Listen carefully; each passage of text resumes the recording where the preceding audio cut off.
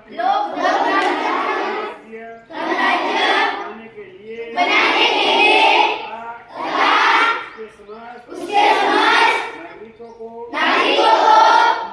सामाजिक आर्थिक और राजनीतिक न्याय अभिव्यक्ति विश्वास धर्म और उपासना की प्रतिनिष्ठा की समानता करने के लिए तथा उन सब में व्यक्ति की गरिमा और राष्ट्रीय एकता और अखंडता सुनिश्चित करने वाली बंधुता को बढ़ाने के लिए संकल्प होकर अपनी इस संविधान सभा में आज तारीख 26 नवंबर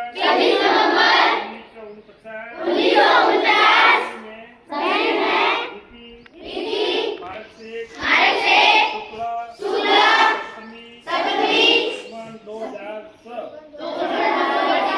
2010 द्वारा संविधान को